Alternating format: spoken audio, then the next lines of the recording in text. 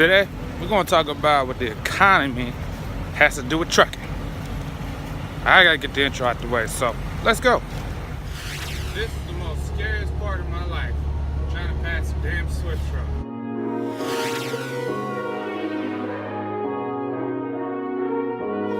See my beautiful wife? You can't see because I'm bundled up. Yeah, she definitely bundled up.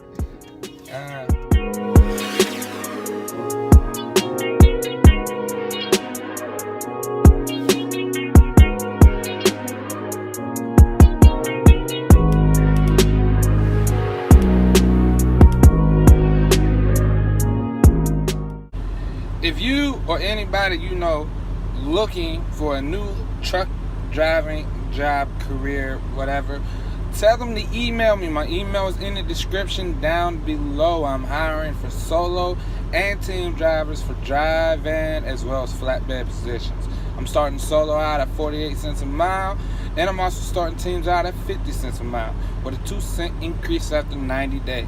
So if you're interested, again, email me. My email's in the description box down below.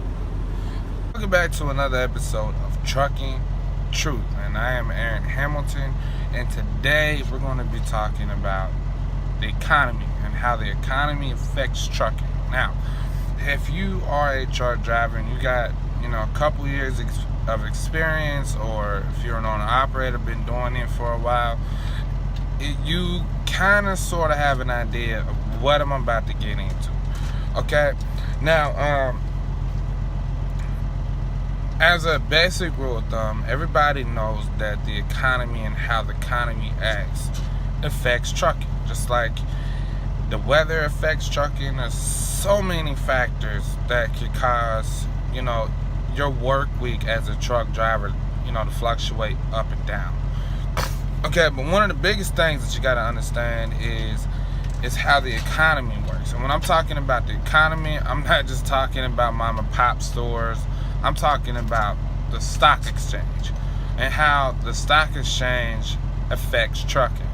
Okay, now to anyone who invests or actually tries to pay attention to the stock markets, you can kind of understand how the stock works. It goes up in sales and it goes down, goes up, goes down, sometimes it plateaus. Alright, but here's how I related to trucking. Okay, a few years ago I was watching the news, and this is what caught my attention for me to actually to look at it this way. A few years ago I was watching the news, right? So and it was exactly in January. Okay, and on the news, the broadcaster, because I can't even remember the name of it, but they sit here and said, how January is like one of the most pivotal months of the year, for the simple fact that in January, depending on how the stock market does, is how the economy does. Okay, so I really want y'all to pay attention to that. So basically what that means is, if the stock market is always in the red, if most of these big mainstream companies are always in the red or always negative in points, then the economy is basically, it's not going to be good. And it's a forecast that they usually give out for the entire year. So how to relate that to trucking? Well, trucking only thrives when the economy is thriving. So if you can't tell by now, even though Donald Trump is in the White House, the economy has been booming. You can get some real good freight, even in markets where it was hard to get decent freight out of. So that is all because of the economy. When people are buying more, okay, when people are buying more cars, buying more clothes, buying more food, buying more building products, buying more anything, you got to understand that it affects the factories, because the factories has to make more to restock the items because people are buying them. And for trucking, that is a good thing. So when the economy is up, the trucking is a good thing. So I always remember each year in January to always pay attention to, you know, the stock market, seeing if they're going up. And it doesn't, you don't have to be like an investor to kind of understand it. Like, I use my phone basically as a way of checking on the stock market. I'm not an investor. I mean, I invest some money in some things, but I'm not like a real hard investor. But what I do is I look at the Dow Jones, the NASDAQ. I look at a few different things and see if it's going to be in the green. And if it's in the green, how which means green means the stocks are up. And then I look at how many points it's up. And at the end of the day, usually around 5 o'clock Eastern, that's when the stock closes, and see where that stock market closed at. Because if you do that for the whole month, it's one, if you starting to see most of these big, gigantic companies that owns a lot of assets throughout the United States, it's going to build your confidence up as in whether or not you're going to have a productive year or not in trucking, okay? So that is just like a little jewel I want to give to you. Now, here's some other jewels. Now, I know you guys that be watching my channel also watch other people's channels, as far as owner-operators, okay? Now, there is one guy that goes by B Smooth, talked about in one of his videos that he posted just recently, I want to say not even a week ago, where he made $12,550 gross. Okay, so his bring home is going to be pretty good. I know that. But does anybody know why or what factors played into him actually making that type of money? I mean, even he might not even know why. I know there was some times where I would gross $8,000-$9,000 check.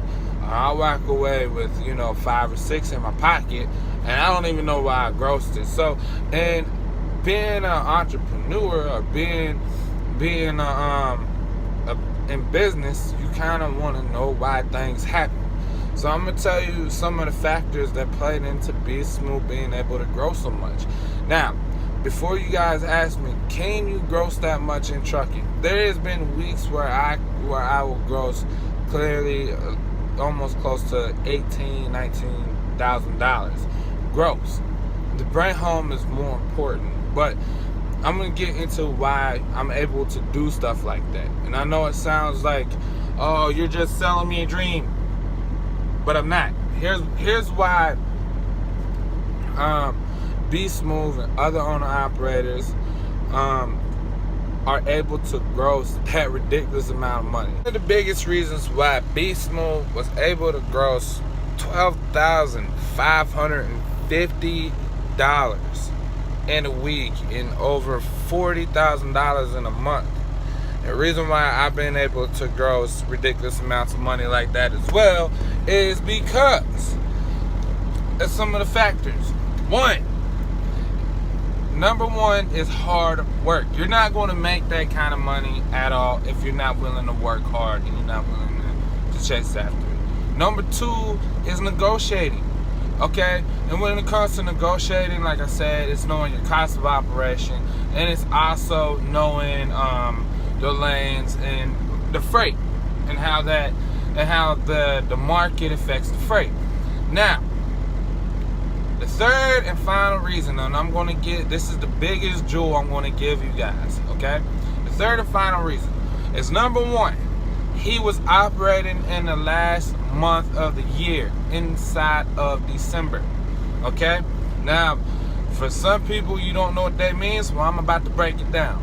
All right, a year has 12 months, okay? And out of those 12 months, every 3 months is a quarter. Okay, let me say that again. Every year has 12 months. Okay? And every year has 4 quarters. So every 3 months is a quarter. So January to March, then you got from June to or January to March, then you got from April to June, and then you got July to September, and then September to December. Those are how the quarters are broke down. And I might be off a month, but whatever. Those are how the 4 quarters are broke down. Okay, and I'm gonna talk about it in a week, then I'm gonna talk about it in a month, and then I'm gonna talk about it in a quarter. Okay, and I'm also gonna talk about it how being the last month of the year is the best time to work, even though you got all of the holidays. Okay,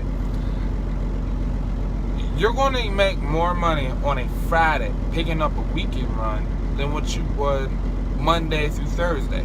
Okay, now I'm gonna explain why. At the end of the week, businesses like to try to close out as many invoices as they can, put them on a truck and get it moving.